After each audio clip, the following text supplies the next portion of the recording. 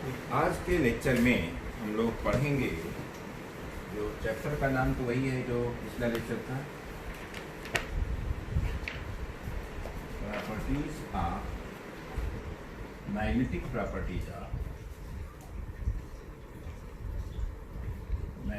Properties of matter.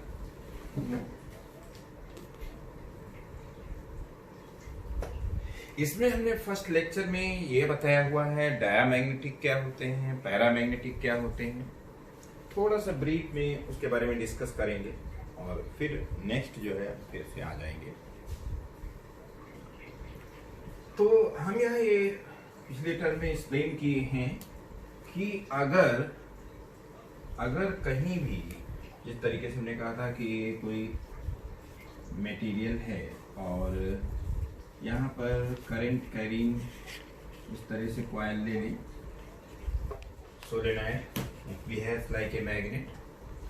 तो अगर हम बात करें कि जो मैग्नेटिक फील्ड इससे होगी, अगर बी नॉट हम लें म्यू नॉट इंटू एन आई, तो पिछली बार भी हमने टर्म ये डिस्कस किया था कि B naught will be mu naught into H.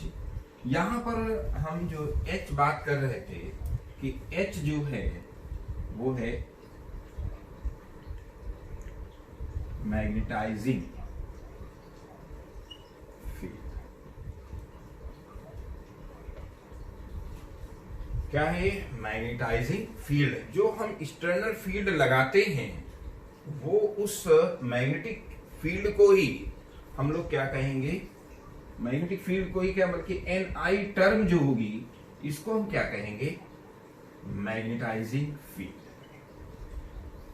ये हमने पिछली क्लास में डिस्कस किया था। अब इसमें अगर हम ये देखें कि जो ये मटेरियल, जो भी मटेरियल है, अगर ये मटेरियल क्या है, डायामैग्नेटिक है, for diamagnetic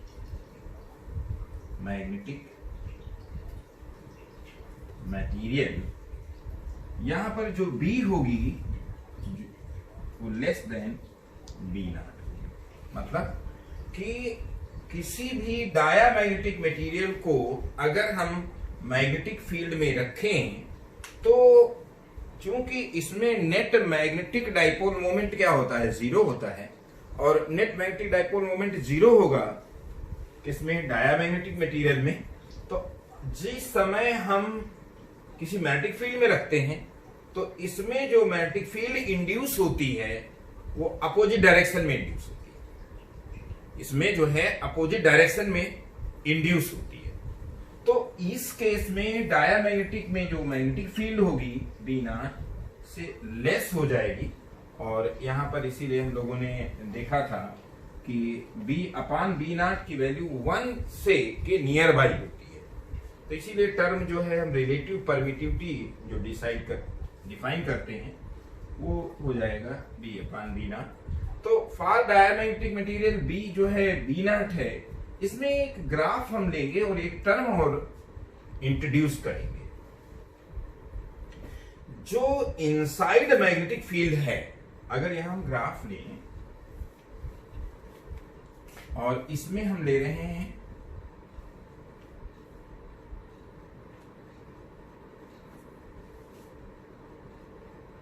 magnetising field, H ले रहे हैं क्या एक्स एक्सिस पर, और यहां पर हम ले रहे हैं क्या,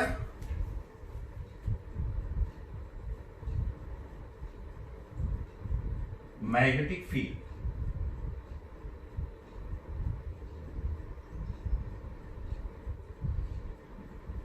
इसको आप B से डिनोट कर सकते हैं। और यहां पर क्या है, मैग्नेटाइजिंग फील्ड है। फिर वही बताएंगे कि अगर मान लीजिए ये मैग्नेटाइजिंग फील्ड है H, और तो इसको हम कह सकते हैं क्या, म्यू इंटू एच। क्या कह सकते हैं इसको, म्यू इंटू एच।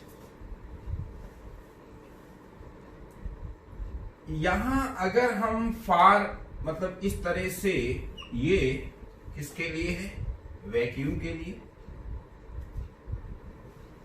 ग्राफ अगर ड्रा किया जाए इसमें मैग्नेटाइजिंग फील्ड में और मैग्नेटिक फील्ड में ग्राफ ड्रा किया जाए तो वैक्यूम अगर है जिस समय, जिसको कि हम बी नॉट कह रहे हैं, तो वो ग्राफ इसका कुछ इस तरह से होगा।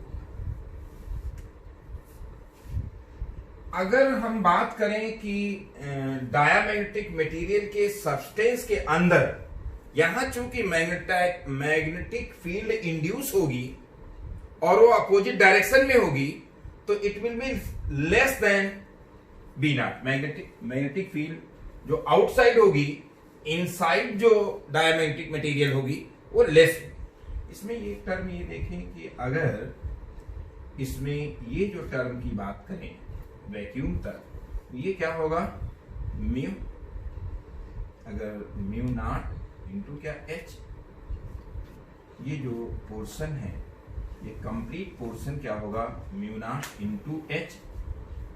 और यहां पर जो ये वैल्यू है इसको हम म्यू नॉट इंटू आई कहेंगे। जो मतलब ये जो इतना जो इंटरसेप्ट, ये जो इन बिटवीन आ रहा है इसमें, तो इसको हम कह सकते हैं क्या, mu naught into I. Mu not I का सेंस क्या है, हम क्या कहना चाह रहे हैं कि ये जो मैग्नेटिक फील्ड है वो है जो अपोजिट डायरेक्शन में इंड्यूस हुई है। जो मैग्नेटाइजेशन हुआ है इसमें वो भी अपोजिट डायरेक्शन में हुआ है, इसीलिए लेस आ रहा है। ये अगर हम बात करें किसके लिए, फॉर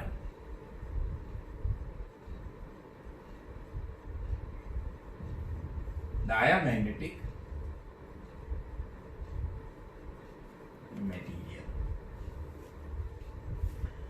हमने जो यहां आई यूज किया है, यहां पर एच जो है मैग्नेटाइजिंग फील्ड थी, पहले भी डिस्कस कर चुके थे। इसी के साथ दूसरा हम ग्राफ ले रहे हैं जिससे आप इजीली समझ सकें कि हम क्या कहना चाह रहे हैं। कि अगर इस समय हम फॉर पैरामैग्नेटिक मटेरियल या सब्सटेंस या मटेरियल जो भी ले लें, अगर हम पैरामैग्नेटिक मटेरियल लें और यहां पर फिर से हम H और म्यू इंटू एच इसमें ग्राफ ड्रा करें,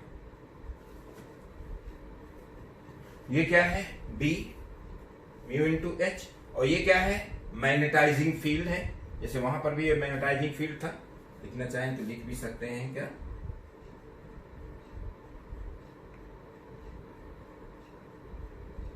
field,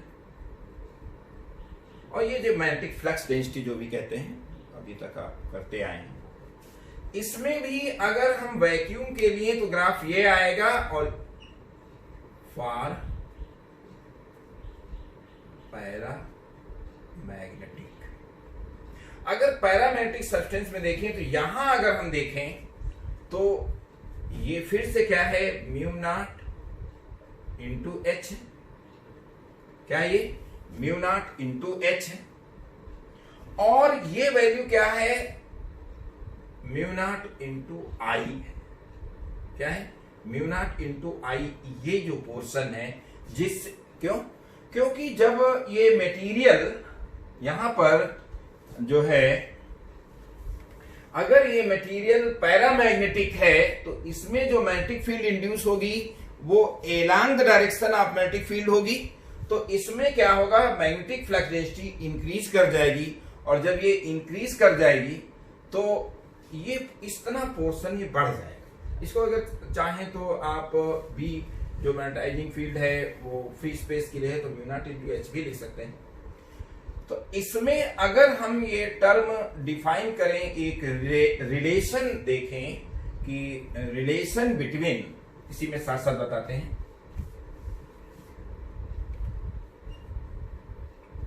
relation between magnetising field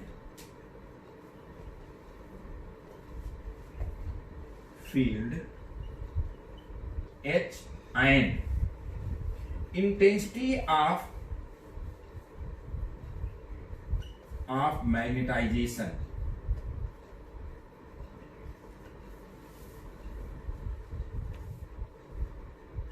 हम यह कर रहे हैं कि H और I में रिलेशन ले रहे हैं, तो H is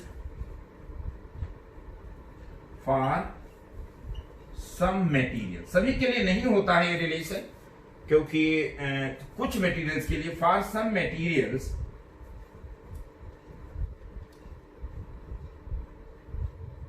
I is directly proportional to क्या हो जाएगा, H। क्या हो जाएगा, I is directly proportional to क्या हो जाएगा, H। तो यहां पर जो हम रिलेशन डिस्कस कर रहे थे, relation between magnetising field H and intensity of magnetisation, याद रखिएगा जो डिनोट किया है हमने मैग्नेटाइजेशन से, तो एक बार मैं फिर बता दूं कि मैग्नेटाइजेशन क्या है। मैग्नेटाइजेशन है जो मैग्नेटिक मोमेंट्स एलाइन हुए हैं अपोजिट डायरेक्शन में या सेम डायरेक्शन में मटेरियल में, और मैग्नेटाइजिंग फील्ड क्या है, जो हम एक्सटर्नल फील्ड लगा रहे हैं, जैसे सोलेनॉइड से हमने B = μ0 NI लगाया, तो जो NI टर्म है, जो हम इस पे एक्सटर्नल मैग्नेटिक फील्ड का जो ये पार्ट है, this is H is known as magnetising field.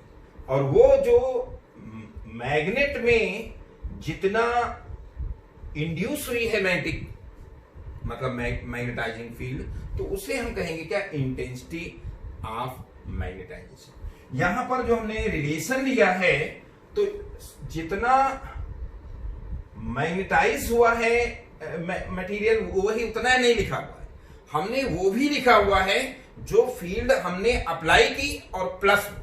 तो जो ये ग्राफ हमने B लिया है, B और मैग्नेटाइजिंग फील्ड और μ×H में, ध्यान रखिएगा कि जो है अभी हम जब हिस्टेरिसिस लूप करेंगे, जब हम फेरोमैग्नेटिक की बात करेंगे, तो उसमें हम सिर्फ इंटेंसिटी लेंगे। एनसीईआरटी में B और उसका कर्व, B और H के बीच कर्व है, हम इंटेंसिटी I और H के बीच कर्व निकालेंगे, और फिर आप देख लीजिएगा, चूंकि यहां पर नेट मैग्नेटिक फील्ड जो होती है, जो एक्सटर्नल हमने अप्लाई किया और जो उसमें इंड्यूस हुई due to alignment of the atomic magnetic moments. तो यहां जो हम बात कर रहे थे कि ये जो relation between magnetising field H and intensity of magnetisation था, दोनों में फॉर डायमैग्नेटिक देख रहे हैं कि अगर वैक्यूम है, जिस समय मैटर की हम बात नहीं कर रहे हैं, जो फील्ड हमने अप्लाई की वो कितनी है, उसके लिए ग्राफ इस तरह से आएगा।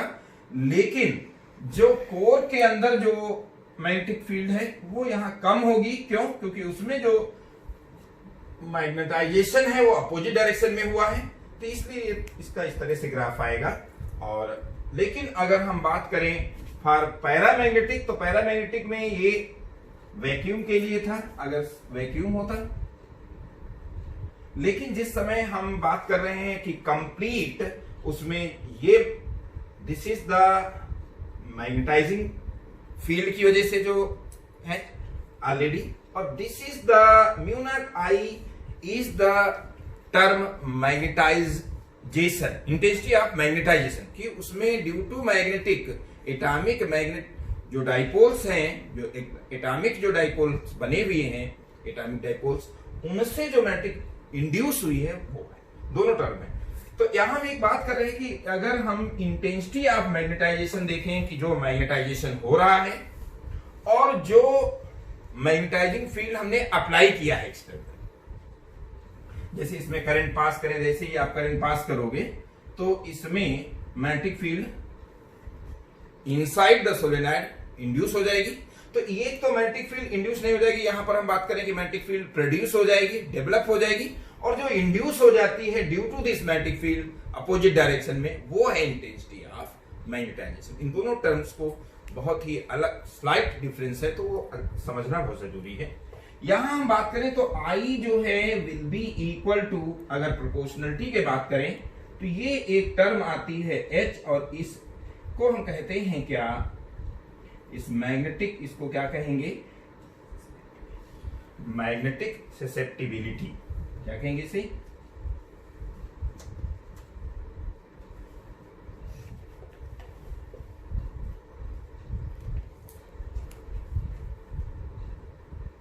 तो इसे कहेंगे मैग्नेटिक ससेप्टिबिलिटी। तो आप देख सकते हैं कि फॉर पैरामैग्नेटिक ये क्या होगा, पॉजिटिव होगा, और फॉर डायामैग्नेटिक इसकी वैल्यू क्या होगी, नेगेटिव होगी। फिर यहां अगर रिलेशन की बात करें तो ये जो मैग्नेटिक ससेप्टिबिलिटी है, this will be nothing but I by H, क्या होगा, I intensity of magnetisation to the magnetising field. ये चूंकि रेशियो होता है इसलिए इसका ये डायमेंशन लेस होगा और इसकी कोई यूनिट नहीं होगी। एक चीज यहां साथ ही साथ में और हम डिस्कस करना चाहेंगे, ये मिटा देते हैं ग्राफ।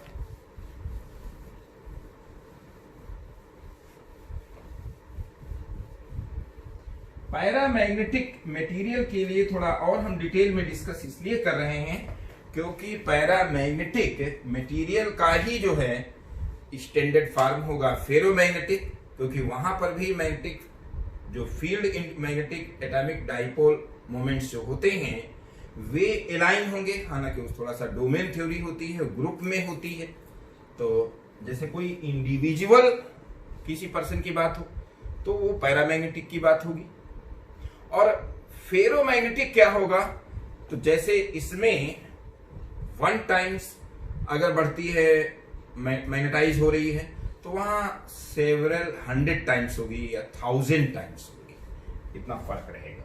यहां हम बात जो कर रहे थे कि इसमें अगर हम लोग बात करें कि B इज, इस पर्टिकुलर पॉइंट पर अगर हम देखें फॉर पैरामैग्नेटिक, इस ग्राफ को अगर देखिए तो B इज नथिंग बट, बोलिए क्या हो रहा है, mu naught into H plus क्या, म्यू नॉट इंटू आई। याद रखिए I क्या है, इंटेंसिटी ऑफ मैग्नेटाइजेशन, और H क्या है, मैग्नेटाइजिंग फील्ड जो हमने एक्सटर्नल अप्लाई किया है।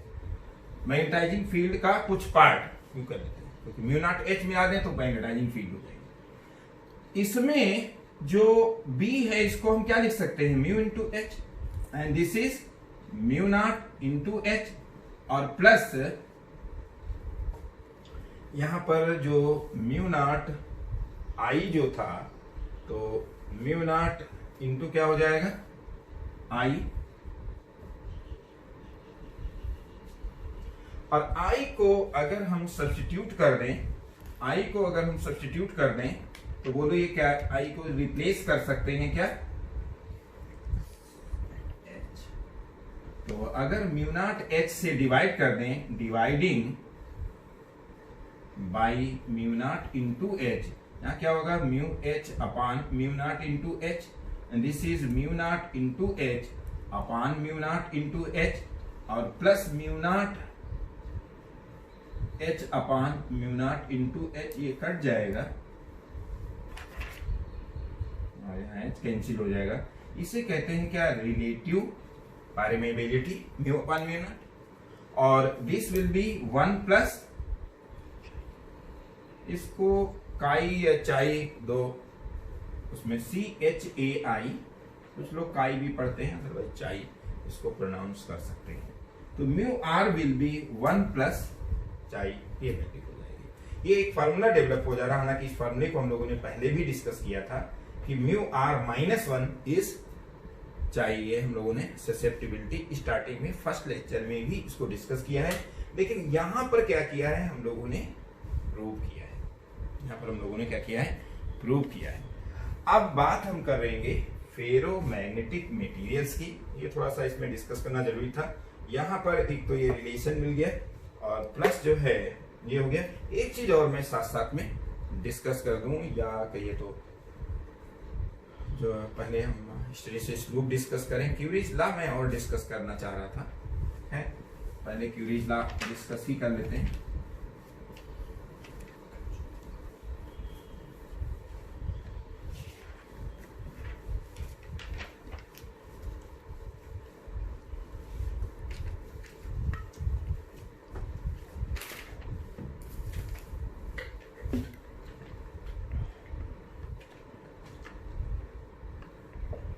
क्यूरीज लॉ भी काफी इंपॉर्टेंट है, और ये क्या कहेगा, एक तो पहली चीज ये सिर्फ और सिर्फ पैरामैग्नेटिक सब्सटेंसेस के लिए है।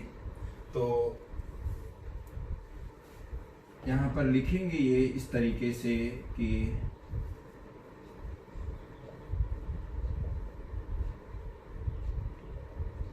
susceptibility क्या susceptibility of paramagnetic materials,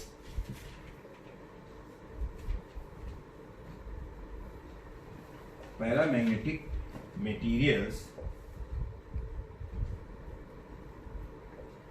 is inversely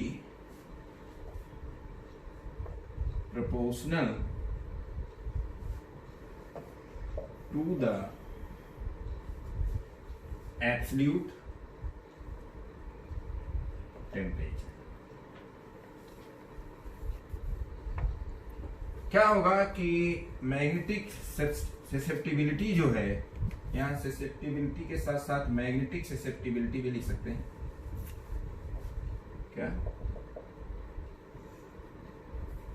magnetic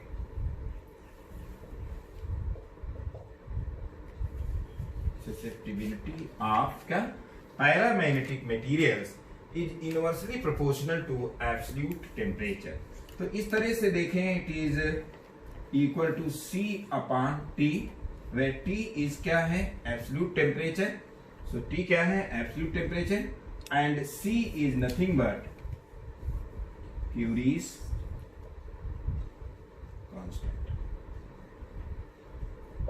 इसी के साथ साथ थोड़ा सा हम डिस्कस कर देते हैं कि फेरोमैग्नेटिक सब्सटेंसेस जो होंगे, जो अभी आगे हम वही डिस्कस करने वाले हैं, तो फेरोमैग्नेटिक सब्सटेंसेस में अगर हम टेम्परेचर बढ़ाते जाएं बढ़ाते जाएं बढ़ाते जाएं तो एक स्टेज ऐसी आएगी कि they will become paramagnetic material, they will become. और दूसरी चीज ये भी है, यहां पर भी टेम्परेचर का एक अप टू सर्टेन जो है टेम्परेचर तक ही एक इसकी लिमिट भी है, एक पर्टिकुलर लिमिट तक ही है। और अगर फेरोमैग्नेटिक, जो कि हम आगे डिस्कस करने वाले हैं, फिर से मैं एक बार बात करता हूं, फेरोमैग्नेटिक मटेरियल्स के लिए अगर हम टेम्परेचर उनका इंक्रीज करते जाएं तो उनकी मैग्नेटिक ससेप्टिबिलिटी क्या होगी, डिक्रीज होती जाएगी।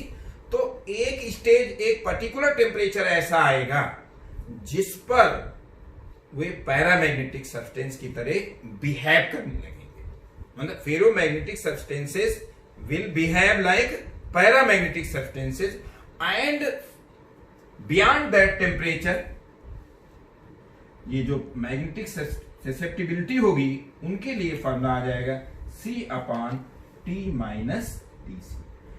ये पर्टिकुलर डिफरेंट मटेरियल्स के लिए टेम्परेचर होगा, इस टेम्परेचर को भी हम कहेंगे क्या,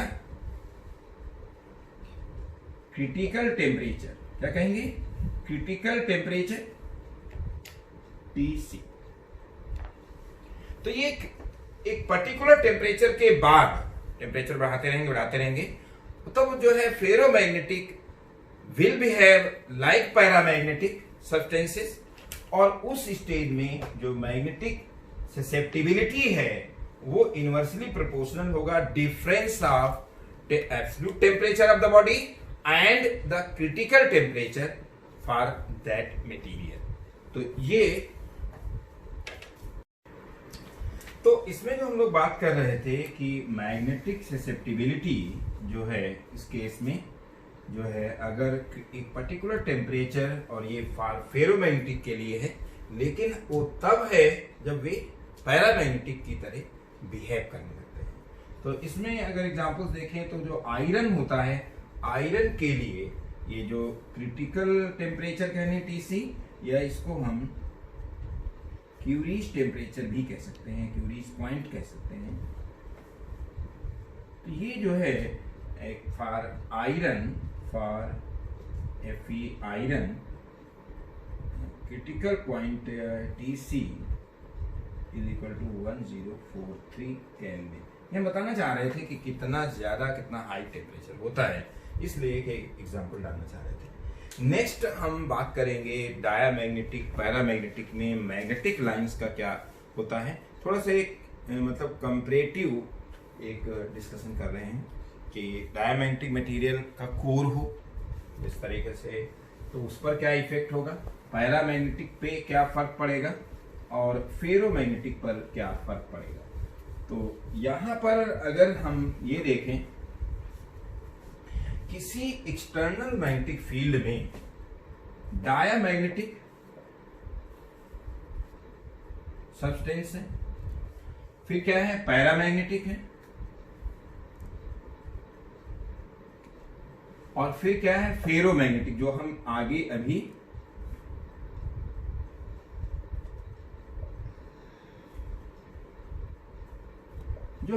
डिस्कस करने वाले हैं। अगर मान लीजिए ये कोई कोर हमने यहां पर ये रख दिया डायमैग्नेटिक मटेरियल की, यहां पर ये पैरामैग्नेटिक मटेरियल की, और ये क्या है, फेरोमैग्नेटिक मटेरियल का कोई कोर रखा हुआ है। हम इसको ये दिखाना चाहते हैं, कोई एक्सटर्नल मैग्नेटिक फील्ड अगर यहां डायमैग्नेटिक में अप्लाई किया जाए तो इसका कुछ इस तरह से होगा।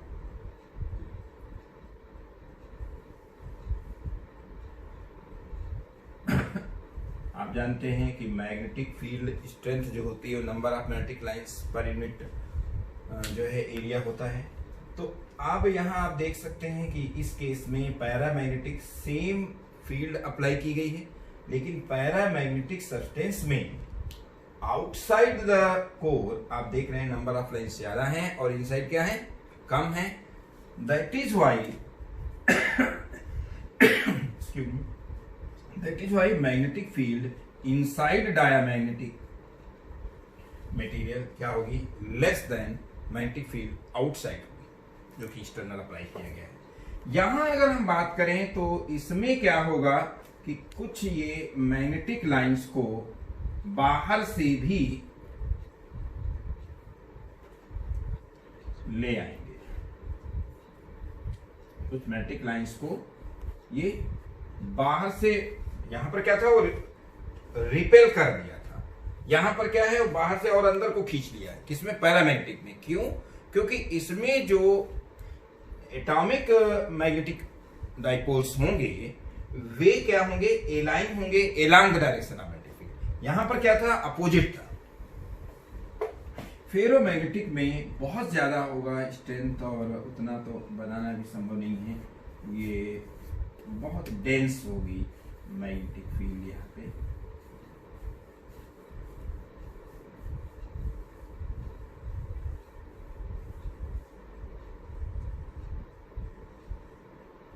ये फेरोमैग्नेटिक का कह सकते हैं, थोड़ा सा हमने कंपेयर करके बताया है। और अब मैं बात करूंगा फेरोमैग्नेटिक सब्सटेंसेस के बारे में। हमने डायामैग्नेटिक, पैरामैग्नेटिक डिस्कस कर लिया है, अब हम बात करेंगे फेरोमैग्नेटिक सब्सटेंसेस।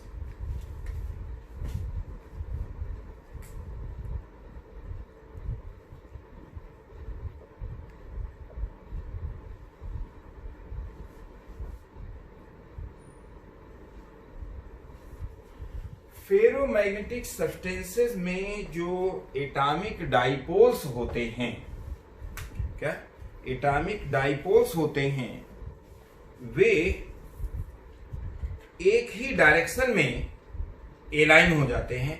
हम मैग्नेटिक फील्ड अप्लाई नहीं कर रहे हैं, without applying external magnetic field या in the absence of external magnetic field, ferromagnetic substances में जो एटॉमिक डाइपोल्स होंगे तो the atomic dipoles has tendency to align themselves in particular directions।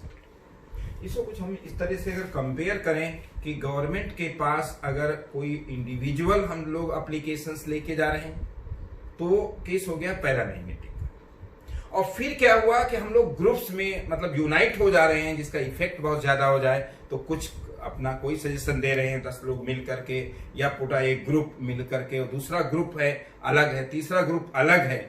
तो यहाँ पर डिफरेंट जो एटॉमिक, कई एटॉमिक मतलब मॉडल्स होंगे, वे एक ही डायरेक्शन में अलाइन होंगे और वो कोई मतलब सबकी अलग अलग होगी। जैसे कि अगर कोई हम यहाँ पर कंसीडर करें इस तरह से, तो ये कोई जरूरी नहीं है कि कोई पर्टिकुलर डायरेक्शन हो तो इस तरह से ये अगर हम ले लें, यहाँ पर एक डायरेक्शन में है, यहाँ पर एक डायरेक्शन में है, यहाँ पर एक डायरेक्शन में है, यहाँ पर एक डायरेक्शन में ये है एटॉमिक मॉडल्स। ये इस तरह से डिफरेंट, जैसा कि हमने टर्म भी यूज किया है कि डोमेन, डोमेन का मतलब वैसे भी आप समझ ही रहे हैं कि राज्य होता है, स्टेट होता है। जैसे इंडिया में डिफरेंट स्टेट्स हैं, तो ये, लेकिन ये क्या है, ये अभी कोई मैग्नेटिक फील्ड नहीं अप्लाई किया गया है। इन the absence of magnetic field ऐसा हो सकता है कि ये डिफरेंट डायरेक्शन में, ये हम लोग क्वांटम मैकेनिक्स में और डिटेल में जाके पढ़ सकते हैं कि क्यों ऐसा होता है कि ये जो एटॉमिक डाइपोल्स होते हैं वो डिफरेंट, मतलब डिफरेंट डायरेक्शंस में कुछ पर्टिकुलर जो एटॉमिक डाइपोल्स होते हैं वो एलाइन हो जाते हैं। यहाँ पर कोई भी एक्सटर्नल मैग्नेटिक फील्ड नहीं है। थोड़ा इसको सिंप्लीफाई करने के लिए हम ये देख लें कि अगर यहाँ पर जो है एक ये इस तरफ है, ये इस तरफ है, 4 पार्ट में ले लें, इससे सिर्फ यही नहीं होता है, बहुत सारी डायरेक्शंस होती हैं।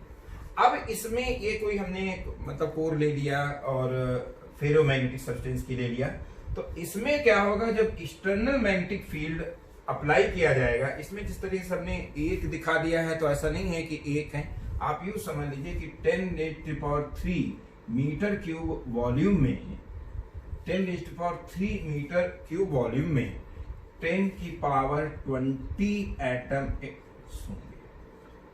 एटॉमिक जो मोमेंट्स हैं, एटॉमिक जो डाइपोल्स, क्या 10⁻³ मीटर लिख दिया, मिलीमीटर क्यूब में, 10⁻³ मिलीमीटर क्यूब में 10⁻20 एटम्स एटॉमिक मॉड्यूल्स होंगे, मतलब एटॉमिक मोमेंट्स होंगे।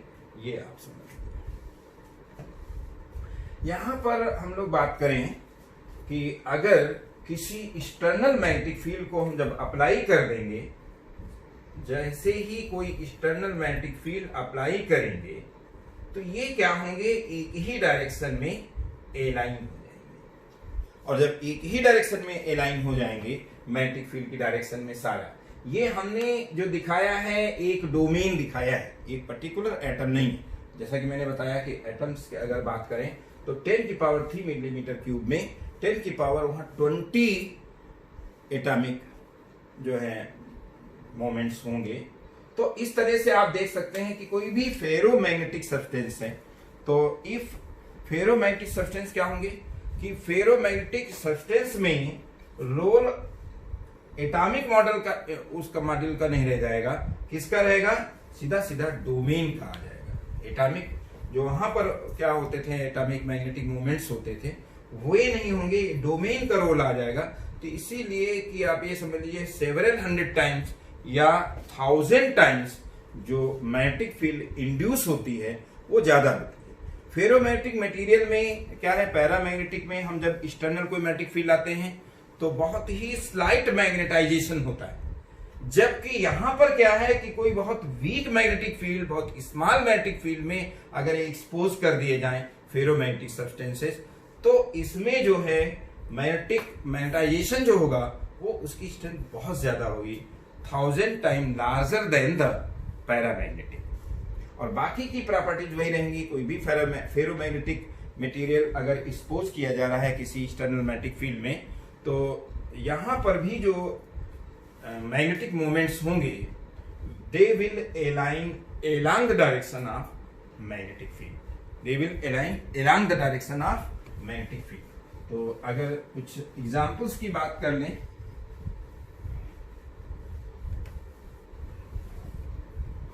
तो इसके एग्जांपल्स में एक तो ferromagnetic substances are those, define भी कर लेते हैं। Ferromagnetic substances are those materials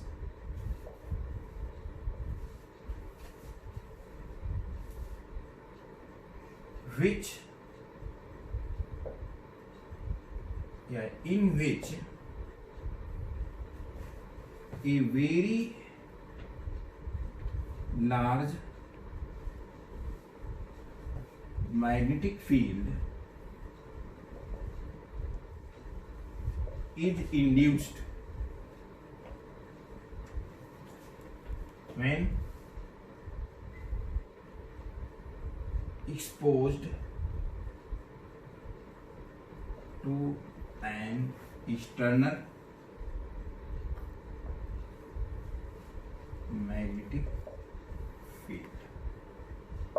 When exposed to an external magnetic field, ये होगा फेरोमैग्नेटिक मटेरियल के लिए। और इसमें जो अगर हम मैग्नेटिक फील्ड जो इंड्यूस होने के बाद, या अगर मान लीजिए किसी भी कोर को हम किसी मैग्नेटिक फील्ड में रख दे रहे हैं, जिस तरह से हमने लिया था यहाँ पर, अगर सोलेनोइड के इनसाइड रख दिया जाए तो यहाँ पर जो मैग्नेटिक फील्ड इंड्यूस होगी which will be very very large than 1। तो इसीलिए जो रिलेटिव परमेबिलिटी होती है इसकी, it is very very large than 1। तो ये है फेरोमैग्नेटिक सब्सटेंसेस के लिए। अब फेरोमैग्नेटिक सब्सटेंसेस पर कुछ प्रॉपर्टी और जो हिस्टेरिसिस लूप है, ये मेरे ख्याल से हम लोग नेक्स्ट चैप्टर में ले लेंगे।